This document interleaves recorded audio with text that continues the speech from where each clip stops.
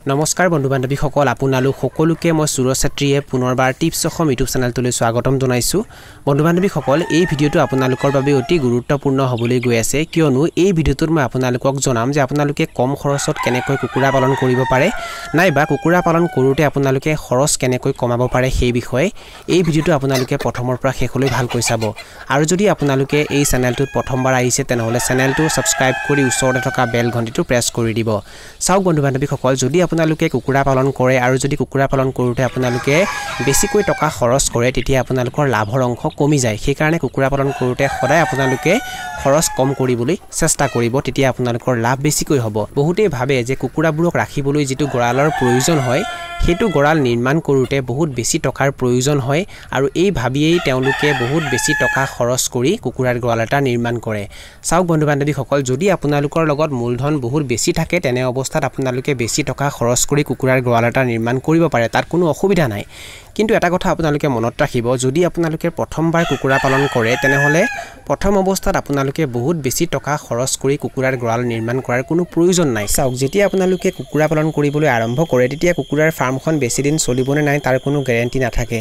যদি কুকুৰাৰ ফাৰ্মখন বেছি দিন নচলে আৰু যদি আপোনালোকে বন্ধ কৰিবলগীয়া হয় আপোনালোকে যদি বেছি টকা খৰচ কৰি কুকুৰাৰ ফাৰ্মখন নিৰ্মাণ কৰে তেতিয়া আপোনালোকৰ সেই টকাখিনি এনে বৰবাদ হ'ব সেই কাৰণে প্ৰথম অৱস্থাত আপোনালোকে কম টকা খৰচ কৰি কুকুৰাৰ গৰাল এটা নিৰ্মাণ কৰিব আৰু যদি আপোনালোকে কম টকা খৰচ কৰি কুকুৰাৰ ফাৰ্মখন নিৰ্মাণ কৰে আৰু যদি ভৱিষ্যতে কুকুৰাৰ ফাৰ্মখন বন্ধ কৰিবলগীয়া হয় তেতিয়া আপোনালোকৰ বেছি ক্ষতি নহব চাওক বন্ধু বান্ধৱীসকল আপোনালোকৰ ঘৰত যদি বাঁহ থাকে বা আপোনালোকৰ ওচৰে পাজৰে যদি বাঁহ থাকে তেতিয়া আপোনালোকে কুকুৰাবোৰক থাকিবৰ বাবে বাঁহেৰেও এখন গৰাল নিৰ্মাণ কৰিব পাৰে আৰু আমি কিছুদিনৰ আগতে এখন গৰাল নিৰ্মাণ কৰিছো প্ৰায় 200টা কুকুৰাক থাকিবৰ বাবে আৰু সেই গৰালটো আমি প্ৰায় 8,000 পৰা 9,000 টকাৰ ভিতৰত নিৰ্মাণ কৰি উলিয়াইছো আৰু সেই ভিডিঅ'টো যদি আপোনালোকে চাব বিচাৰিছে যে সেই গৰালটো আমি কেনেকৈ নিৰ্মাণ কৰিছো তেনেহলে তাৰ লিংক মই ডেসক্ৰিপচন বক্সত দি থৈছো এই ভিডিঅ'টো শেষ হোৱাৰ পাছত সেই লিংকটো ক্লিক কৰি আপোনালোকে ভিডিঅ'টো চাব পাৰে আপোনালোকৰ ঘৰত যিবোৰ পেলনীয়া সামগ্ৰী থাকে যেনে বাঁহ কাঠ খেৰ এইবোৰ ব্যৱহাৰ কৰি আপোনালোকে একেবাৰে কম খৰচত সাধাৰণভাৱে কুকুৰাৰ গৰাল এটা নিৰ্মাণ কৰিব পাৰে কুকুৰা পালনত কুকুৰাৰ গৰাল নিৰ্মাণ কৰাৰ পাছতে আটাইতকৈ বেছি টকা খৰচ হয় কুকুৰাবোৰক দানা খুৱাওঁতে বহুতেই কি কৰে দোকানৰ পৰা আটাইতকৈ দামী দানা কিনি আনি কুকুৰাবোৰক খাবলৈ দিয়ে চাওক বন্ধু বান্ধৱীসকল যদি আপোনালোকে বেছি দামৰ দানা কুকুৰাবোৰক খাবলৈ দিয়ে তেতিয়া আপোনালোকৰ খৰচ বাঢ়ি যায় আৰু এটা কথা আপোনালোকে মনত ৰাখিব যদি আপোনালোকৰ খৰচ বাঢ়ি যায় তেতিয়া কিন্তু আপোনালোকৰ লাভৰ অংশ কমি যায় মই আপোনালোকক ইয়াত মুঠে এইটো কথা ক'ব বিচৰা নাই যে আপোনালোকে দামী দানা কুকুৰাবোৰক খাবলৈ নিদিব চাওক যদি আপোনালোকে বেছিকৈ কুকুৰা পালন কৰে আৰু যদি আপোনালোকৰ ফালে কুকুৰাৰ দাম বেছি তেনে অৱস্থাত আপোনালোকে বেছি দামৰ দানা কুকুৰাবোৰক খাবলৈ দিব পাৰে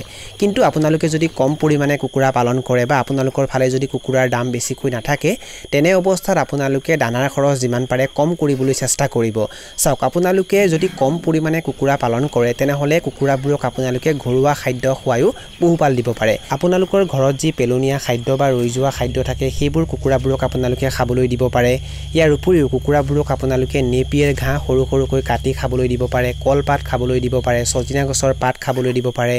মূলাৰ পাত খাবলৈ দিব পাৰে বন্ধাকবি খাবলৈ দিব পাৰে পালেং শাক খাবলৈ দিব পাৰে আৰু কল পচলাও খাবলৈ দিব পাৰে কল পচলা কুকুৰাবোৰে বহুত ভালকৈ খায় আৰু ইয়াৰ পৰা কুকুৰাবোৰে ভিটামিনো লাভ কৰে আৰু কুকুৰাবোৰক আপোনালোকে বাহিৰত মুকলি ঠাইত এৰি দিব পাৰে তেতিয়া কুকুৰাবোৰে বাহিৰত বিভিন্ন ধৰণৰ ঘাঁহ বন খাব কীট পতংগ খাব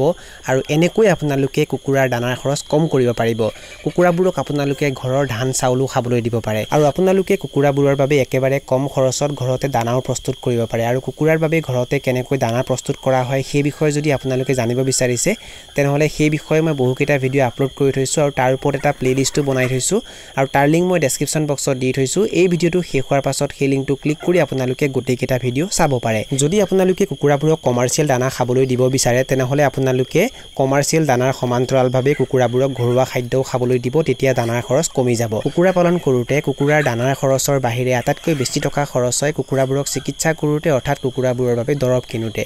চাওক বন্ধু বান্ধৱীসকল কিছুমানে কি কৰে যদি কুকুৰাবোৰক চৰ্দি বেমাৰে আক্ৰমণ কৰে বা কুকুৰাবোৰক যদি কিছুমান সৰু সৰুৱা বেমাৰে আক্ৰমণ কৰে তেতিয়া তেতিয়া কুকুৰাবোৰৰ বাবে আটাইতকৈ দামী দৰৱ কিনি আনি সিহঁতক খাবলৈ দিয়ে যদি আপোনালোকে এই কামটো কৰে তেতিয়া কিন্তু আপোনালোকৰ খৰচ বেছিকৈ হ'ব চাওক বন্ধু বান্ধৱীসকলে এটা কথা আপোনালোকে সদায় মনত ৰাখিব কুকুৰাবোৰক যদি আপোনালোকে ভালকৈ চোৱাচিতা কৰে পৰিষ্কাৰ ঠাইত ৰাখে ভালকৈ দানা পানী খাবলৈ দিয়ে পৰিষ্কাৰ বাচন বৰ্তনত দানা পানী খাবলৈ দিয়ে পৰিষ্কাৰ পানী খাবলৈ দিয়ে লগতে কুকুৰাবোৰক যদি আপোনালোকে সময়মতে গোটেইকেইটা ভ্যাকচিন কৰি দিয়ে তেতিয়া কুকুৰাবোৰক আপোনালোকে বেমাৰ আজাৰৰ পৰা বচাই ৰাখিব পাৰিব কুকুৰাবোৰক বেমাৰে আক্ৰমণ কৰাৰ পাছত সিহঁতক চিকিৎসা কৰি বহু টকা খৰচ কৰাতকৈ কুকুৰাবোৰ যেতিয়া সুস্থ থাকে তেতিয়াৰ পৰাই কুকুৰাবোৰক ভালকৈ চোৱাচিতা কৰিব লাগে তেতিয়া কুকুৰাবোৰক বেমাৰে আক্ৰমণ নকৰে যদি কুকুৰাবোৰক আপোনালোকে সুস্থ ৰাখিব বিচাৰিছে বেমাৰ আজাৰৰ পৰা বচাই ৰাখিব বিচাৰিছে তেনেহলে কেঁচা হালধিৰ ৰস পানীত মিহলি কৰি কুকুৰাবোৰক খাবলৈ দিব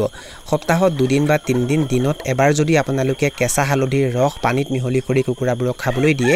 তেতিয়া কুকুৰাবোৰৰ ৰোগ প্ৰতিৰোধ ক্ষমতা বৃদ্ধি হয় যাৰ বাবে কুকুৰাবোৰক যিকোনো বেমাৰে সহজতে আক্ৰমণ কৰিব নোৱাৰে আপোনালোকে কুকুৰাবোৰক পাউডাৰ হালধিও দিব পাৰে কিন্তু দোকানৰ পাউডাৰ হালধিতকৈ ঘৰৰ যিটো হালধি থাকে সেইটো বেছি ভাল হয় কুকুৰাবোৰক যদি আপোনালোকে সুস্থ ৰাখিব বিচাৰিছে বেমাৰ আজাৰৰ পৰা বচাই ৰাখিব বিচাৰিছে তেনেহলে কুকুৰাবোৰক আপোনালোকে নহৰু খাবলৈ দিব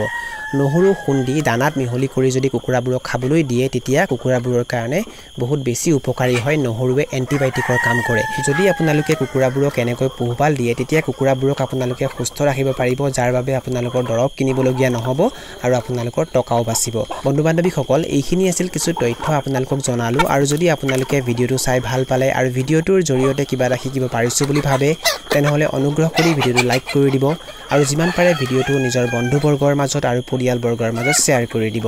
এই ভিডিওটো এইখিনিতে সামৰণি মাৰিছো ধন্যবাদ